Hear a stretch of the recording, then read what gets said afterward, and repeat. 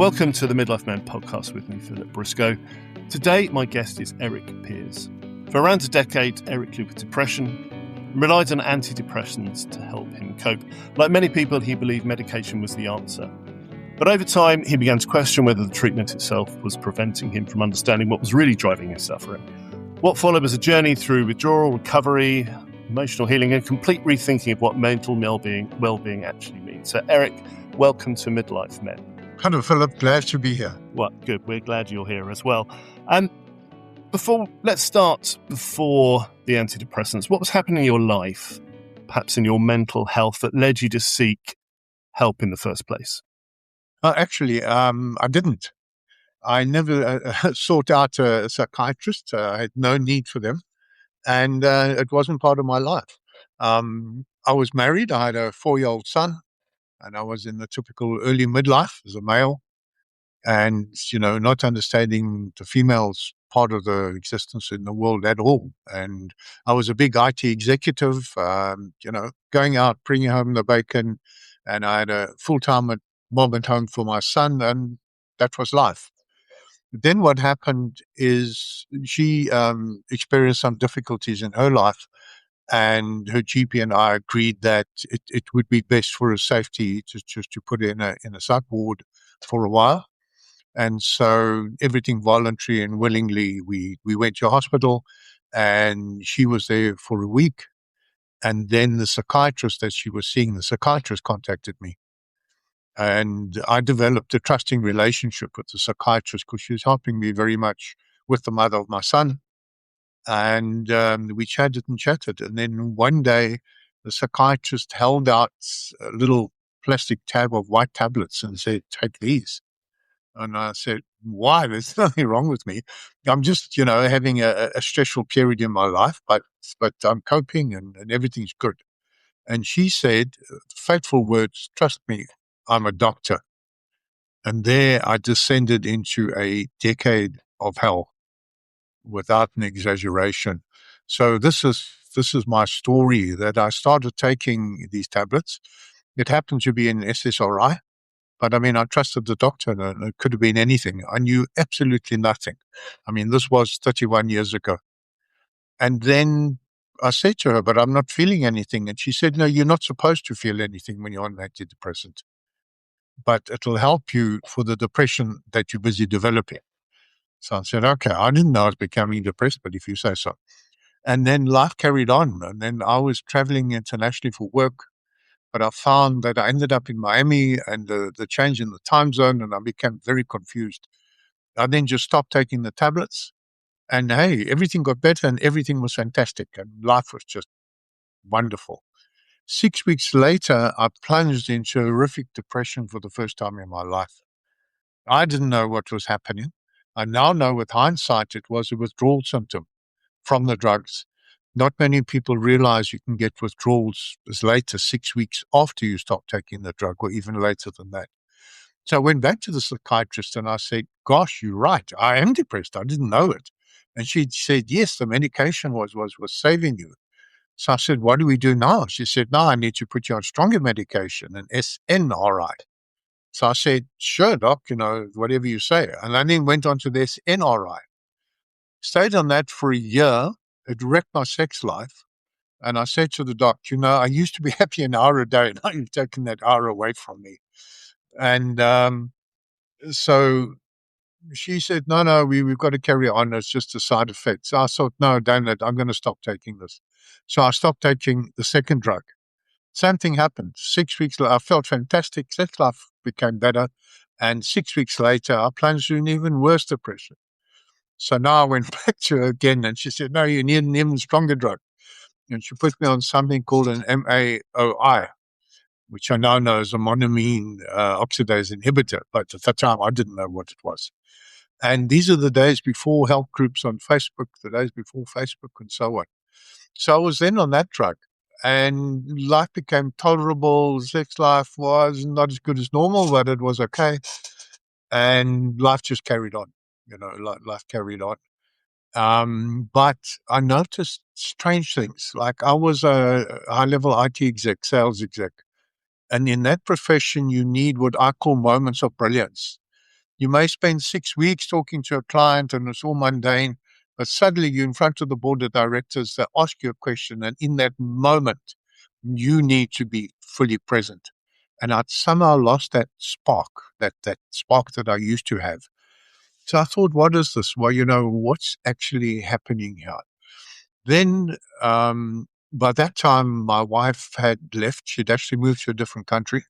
I became a single mom, looking after my 4-year-old son 24/7, which was the only way I can describe it. It was a privilege to be able to have that experience. I mean, I'm sorry for him that he didn't have a mom present, but from my side, it was an experience second to none, and something that males just don't have the chance to do. They go out and earn the money, they come home, and they haven't sat with this toddler for all this time and got in touch with you. You got to work emotionally. They don't respond to logic like adults do. So I had the kid at home, and his friend's mother and I became friendly because she used to look after him some weekends, and her kid used to stay over at my place.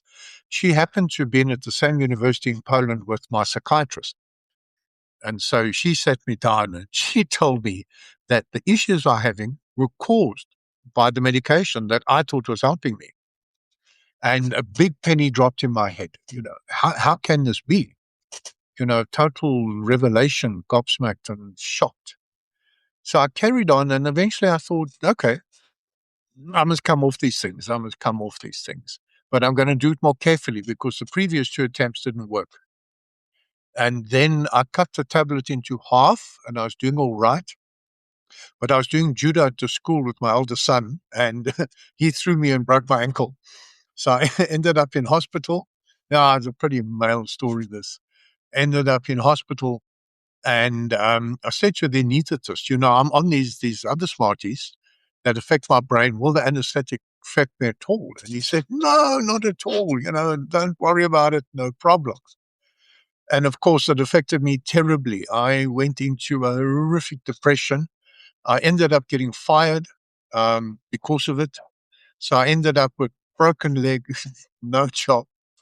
And the only way was to go back to the psychiatrist, and she said, you must go back on full dose. In fact, she shouted at me, how dare you come off this without letting me know, and so on.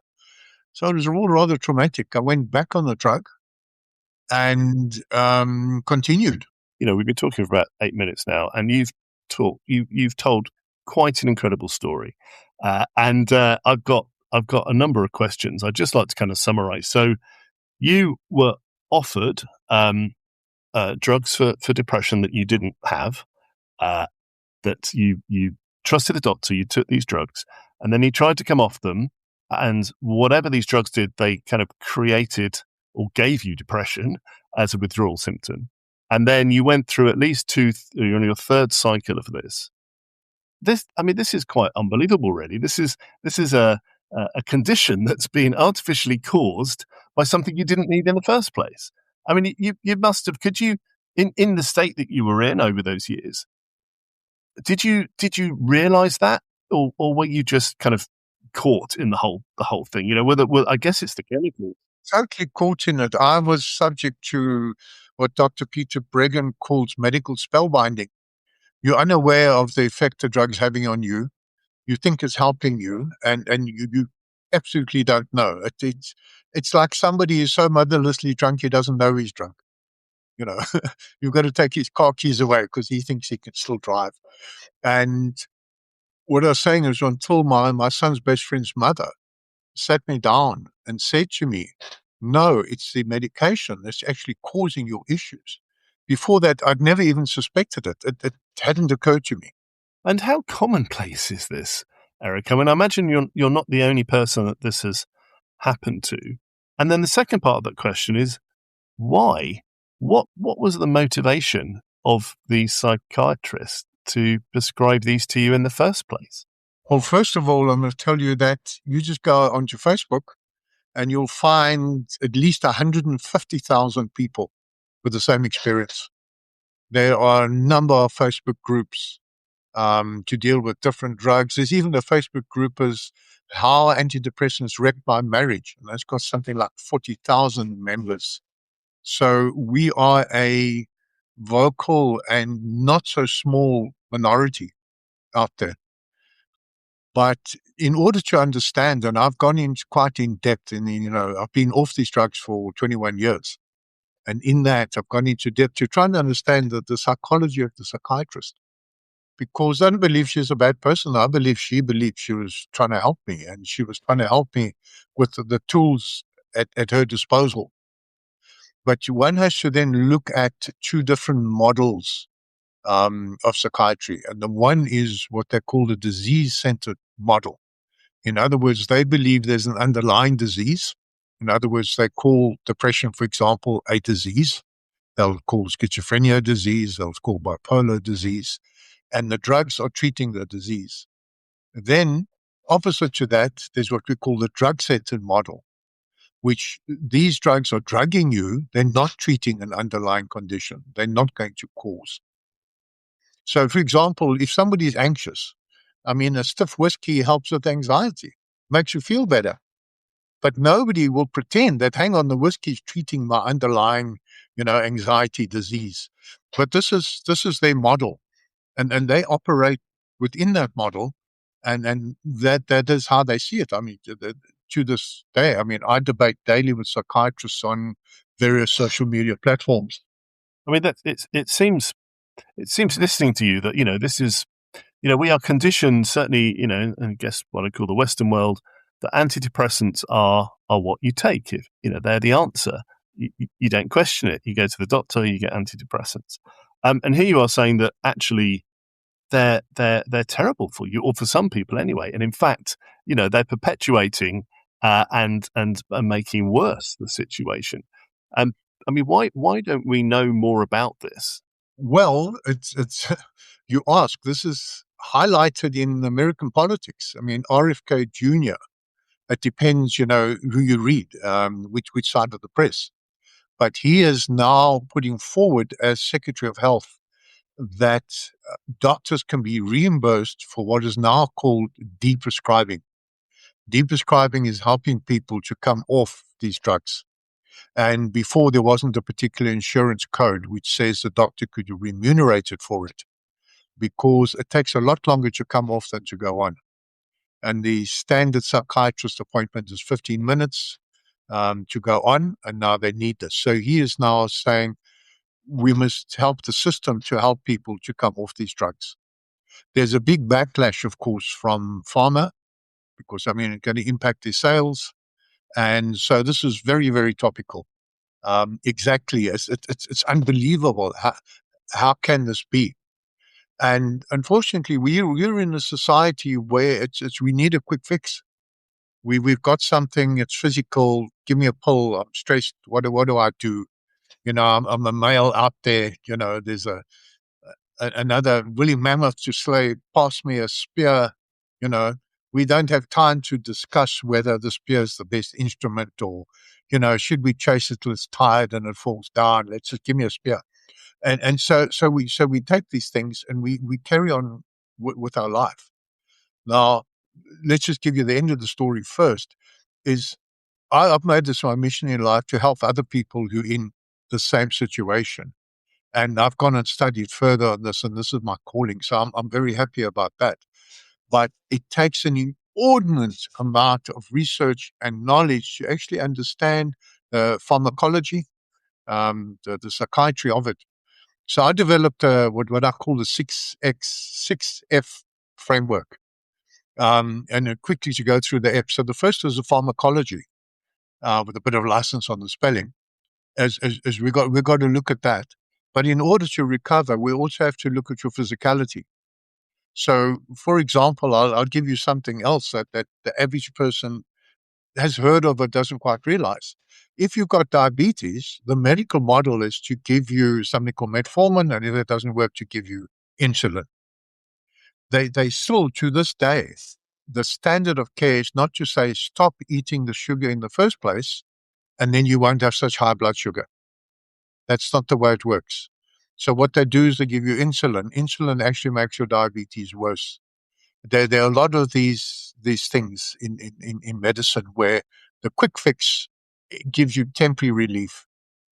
I can give you something else which is less complicated but also not well known, is that heartburn, what we call GERD, gastro esophageal reflux disease, is caused by too little acid in your stomach and not too much. So if you take more acid, you'll get less heartburn than taking an antacid. And so there are three things for you to Google after this. So we've got these contradictions, and they're very difficult for to have that epiphany or that penny to drop. So coming back to your question, so here I was trusting, and then fortunately I met this very wise lady who then alerted me to the other side of it. So what I had to do then is I had to get myself off the drug. So I developed a system whereby I could come off by cutting the dose by 156, or call it 2% every week. And that way I then came off without bad withdrawal symptoms and started feeling better and better and better. So that must have taken a while, quite a while if you're doing, so it must have taken you a year essentially. Yes, correct. Took me a year to come off, but when I came off cold turkey, it took longer because I had to go back on again. Is it like a drug addiction? I mean, is it the equivalent of, is your body addicted without you realizing it to whatever is in those pills? The official term is dependent, and this is one of the things that disinformation is put out to the public. To somebody in the public, if I can't stop taking something, I'm addicted. But the official medical definition is you're only addicted when you have cravings. But if you're dependent, then you're dependent. And so I asked my psychiatrist, is this addictive? And she said no. To her understanding of addiction, she was speaking the truth. However, to my understanding, it was total misinformation. Yes, you become terribly dependent on these. And what's even worse is some people are given 3, 4, 5 of these medications. So my work is to help people come off the medications. And if they're on 3 medications, it could take 3 years to come off. And so just thinking about, the period of your life when you were on these pills and then trying to come off them. I mean, you said you were a father to a small child. I mean, that must have made that a bit more difficult if you were having these cycles of depression, trying to lose the dependency. So the one thing that never left me was my sense of responsibility to my child. So I was always there. He was always in time for school. He always had his meals cooked. He was always dressed. He was always fine. But one has to look inside and say, how did these drugs change me? Where did it affect his life? And I think where it affected his life with me doing both roles is that I lived in a totally rational world, the total typical man's world, if you want, where everything was logical. Whereas for a child bringing up, he needs that feminine touch, which a male can also do. But the feminine side of you, the emotional side, oh, shame, baby, that is what a child needs. And one will never know. But I sometimes feel that, yes, he suffered because already not having a mother, he then already in me didn't have that level of empathic caring. And yeah, that saddens me. I have an elder son as well, and who's older, so he can articulate better. And I asked him after I'd come off, I said, do you detect any different? Because, I feel no different. I'm just me. He says, Dad, you're not fuzzy around the edges anymore. So is it when you're trying to come off then, and you obviously devised a way where you were taking 2% off your amount you were taking every week. Is it a kind of psychological or a physical withdrawal? What, just to help people understand, is it your body then responding to the lack of whatever the drug is that you mentioned earlier, or is it more of a psychological? The third F in the 6F framework is feelings, the psychology. So for somebody to come off and then to live an authentic life thereafter, we have to address, first of all, the pharmacology. And that withdrawal is purely physiological. It's on your neuronal level. But however, when you're going through that, it's like, let's say somebody's in pain It can be purely physical, but it's going to have psychological effects.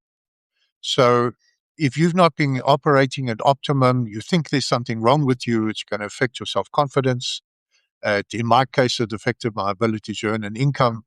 It's going to affect your relationships with people. So the next F in the sixth F is family and friends. So the people aren't relating to you the same way because you're not the same person. And that's psychological. So the basic pharmacology is purely physiological, but there's psychological effects, and we have to address all of them. And so, do you think, if you're listening to this and perhaps you've been taking antidepressants for many years and you want to come off them, what's the kind of first step to do it? Because I guess we need to give a bit of an independent or balanced view as well. I mean, I guess, are there instances where antidepressants are are helping people? No, I can share that with you. Is that, first of all, about roughly 45% of people coming off will not suffer withdrawal. They can just stop and they'll be absolutely fine. But for the 55% that experience withdrawal, it can be horrific. It can be life-threatening. So the best thing is, first, do no harm. If you're thinking of coming off, come off slowly, see how it goes. If everything's fine, go faster. And if everything's still fine, then cut quicker. But don't start quickly, because then the wheels fall off and it's actually damaging. So that's the first thing. But the other thing I do in my 6F framework is you've got to look at your physicality. So if you are unhealthy in other ways, you're going to have a tougher time coming off than if you're healthy. So the first thing to do is to look at your diet, look at what you're eating, look at your weight. Are you exercising? Are you getting early morning light? Do you walk in nature? These all matter to your sense of self, well-being as you're coming off. Do you think people, we've already established that perhaps some medical professionals will just reach for the prescription and give you antidepressants. But, do you think that what struck me from your story was that you were almost having a battle with your psychiatrist who was, who was prescribing you to go on these, stronger and stronger medication and almost berating you for saying, well, for even questioning it. I mean, that's quite tricky, isn't it? Especially if you are feeling unwell. Not almost berating. And and I had a second psychiatrist, and when I finally decided to come off, she told me, if you come off, you'll die. And these drugs are life-threatening. I mean, people do die. It doesn't get more serious than this. So when you say they die, do you mean of their own hand when they're going through a depressive, cycle? What do you mean by they'll die? Or what did your psychiatrist mean? What I mean is that you're dead. Does it really matter the cause? No, normally by suicide. So that is it, but you're still dead. Okay. So just to give you a balance view, the other side, I mean, there are reports from people who say these antidepressants saved my life. They're absolutely wonderful. I love them. My message to those people is then, fine, they're working for you, carry on with them. That's it. You must believe your own experience. And so you help people now to come off. Is it specifically antidepressant medication or other medication? All psychiatric medication. A lot of people are given psychiatric medication for other causes. So although we talk about psychiatrists, most psychotropic medications are prescribed by your primary care provider or your GP in England. That's the source of most of them. And so, for example, there's a drug called gabapentin, which is a strong psychotropic, but it's given if somebody's got pain. If somebody can't sleep, they give them benzodiazepines. And so they may not have had a psychiatric problem at all. And then they got on the drugs, and then they want to come off, and then they are in the vernacular addicted, but in technical parlance, they become dependent. And is there, I guess it's very easy to put two and two together and say, well, have a bit of a conspiracy theory that actually it's the the pharmaceutical companies that are, that are incentivizing doctors, psychiatrists to prescribe these drugs. I mean, what do you think about that? Is there any truth in that? I spent decades of my life in sales. I know how sales works. I used to sell IT products, and I would promote my IT product because that's what I did. That was my job. So a pharma rep is going to promote his products. I mean, and so we should. That is it. It's when you've got to look at the system in totality, and people need to take responsibility for their own health and regard a doctor as an advisor rather than an authority to be listened to obediently. This is a different approach to life. Nowadays, we have the advantage that all the information is at our fingertips. I mean, on the internet, I can look up any research report on anything, which wasn't available to us in days gone past. And if you could, go back to, the Erik that was first prescribed those antidepressants, even though you didn't ask for them and didn't want them and didn't think you needed them and didn't need them. I mean, what would you say to him? What would I say to him? As I would say, no. Believe your own experience. You feel fine. If you don't feel sick, then you're not sick. And you don't need medication if you're not sick. There's not a single medication on earth that people should take if they're not sick. That's how medicine works, the definition of medicine. I think certainly for me, the surprising thing is that, there are a lot of people, around the world who are probably caught in this cycle now. And perhaps some prescribed for good reason, but perhaps some prescribed because, in place of them making some lifestyle changes. And in fact, antidepressants were unnecessary. And as you said, perhaps just, a bit more exercise and looking at what they eat would have been much better. I mean, I guess you travel around the world, you're talking about this and enabling people to make a conscious decision on the drugs that they take.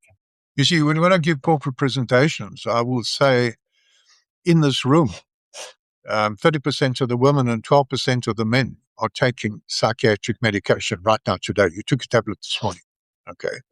And I can say half of you are happy on that, and good luck to you, and I wish you well. But the other half, which if you think is 10% of the first world population, it's a lot of people, are actually not doing well on it, wish they could come off, and they're struggling to come off. And talking to those people, I can say there is no quick fix. There is no substitute for living an authentic life, living in accordance to your values and your own spirituality. There just isn't. And yes, does this take a long time? Yes. Is it a tough slog? Yes. But, what's the alternative? The other problem with any drug is your body builds up tolerance, by definition, or something called homeostasis. So your body will adapt to this external chemical. So nothing is forever. So it's like smoking. I mean, you're a teenager, so you start smoking. And the reason I didn't start smoking, because I knew I'd have to give up one day, and I didn't want to have to give up. Okay. So it's a question is how long you're going to smoke for. Nobody 50 years old starts smoking. I mean, it just doesn't happen. So if you go on the drugs, you've got to come off sometime. And the longer you stay on, the more difficult it is. And the other fact is these drugs are only tested for between 6 to 8 weeks. Then they get FDA approval. So the actual tests are 8 weeks. The average American stays on for 5 years. I have clients who've been on for 20 years. And now they want to reclaim their lives. And let's just take a benzo, for example, given for sleeping. What happens over a period of time, we have it called a rebound effect. In other words, the benzo stops you from sleeping. And now you're caught in a vicious cycle of getting insomnia from the drug to make you sleep. And then you end up suffering from terrible insomnia, which is a horrible experience. So you should look, when your doctor prescribes to you, there's a black box warning on the box. And if you read Prozac, for example, it'll say increases your chance of suicidality. Read the package insert. In other words, make an informed choice. Do I still want to do this? Rather than just fine taking it. And I guess, as you said, we'd never been in a position where we are able to find that out as much as we can now. And I guess you're not promoting just reading it, believing everything you read online, but look at, responsible sources. No, believe if Pfizer's the maker of the drug, believe Pfizer. And Pfizer have a package insert. It has, first of all, a black box warning by the FDA, which is given the most serious consequences, and then read the other side effects, and then chat to other people. But first of all, read what the manufacturer says. And as the manufacturer says, especially in young people, they're more prone to suicidality on psychotropic medication. My daughter was prescribed a drug called Cymbalta. I read the package insert, and it said that for females between 18 and 22, the chance of suicidality will increase 500% on this drug. She was a female between the age of 18 and 22. I managed to convince her not to take it. And the reason it was prescribed for her, because she'd failed an exam for the first time in her life. I mean, she's absolutely brilliant. Sailed through school, straight A's, and suddenly university failed an exam. Devastating to her. So I promised her that if she studied hard, her depression would go away. And she studied hard and her depression went away. But the doctor, because this is a tool he has at his disposal, the kid's suffering, what can I do? This is in my toolbox. Let me do it. He's not a psychologist. He's not a counselor. He's not a coach. And that's how we work. So yeah, sure, believe the manufacturer. If people want to find out more about your 6F program, and a lot of them seem to start with a PH, but I guess that's you having some poetic license on the spelling. Where do they go, Erik, to find out more information? They can just go to my website, erikpeers.com, Erik with a K. And on that, there's a button you can click and schedule a chat with me. You don't have to want to use my services to chat. I'm happy to chat to any fellow human being who's going through what I went through, so that you're not alone like I was. And then just schedule a call with me, and we can take it from there. So and you've given a lot of great advice and told your story, Erik. So thank you for that. But just to reiterate, somebody's listening to this and it's very relevant, and you've touched a nerve. What would you suggest? What's a small step they can take, today, just to get them on a path forward? Well, the step is just to start to educate yourself about it. So Google your drugs package insert from the manufacturer, read it, start to learn. Then there are many, many podcasts by many well-meaning people. Listen to the podcasts, some in depth. I've done quite a few, and there are other very great people. Then read. There's Dr. Georgia Edis has written a book on exactly this. There's Dr. Anders Sorensen, who's written a book, How to Come Off Your Drugs, called Crossing Zero. The authors are out there, and you then learn more. And then, of course, there are people like myself who then you can consult to help you through this journey. Brilliant. Well, just remains for me to say thank you, Erik. Thanks for coming on today, telling your story, and giving us the insights that you have done. Thank you, Philip. I hope some man out there can feel more comfortable that it's not him. That he's okay and it can come right, because we men sometimes tend to put on a brave face and not tell anybody. And yeah, from man to man. Thank you. Thank you for listening to the Midlife Men podcast with me, Philip Briscoe. You can contact Erik and find out more about his work by visiting his website, www.erikpeers.com. So it's Erik with a K, Peers.com. To help raise the profile of the podcast, it really helps if you can please review it and follow the show on your podcast platform. And please share it with your networks and people you think might benefit from listening.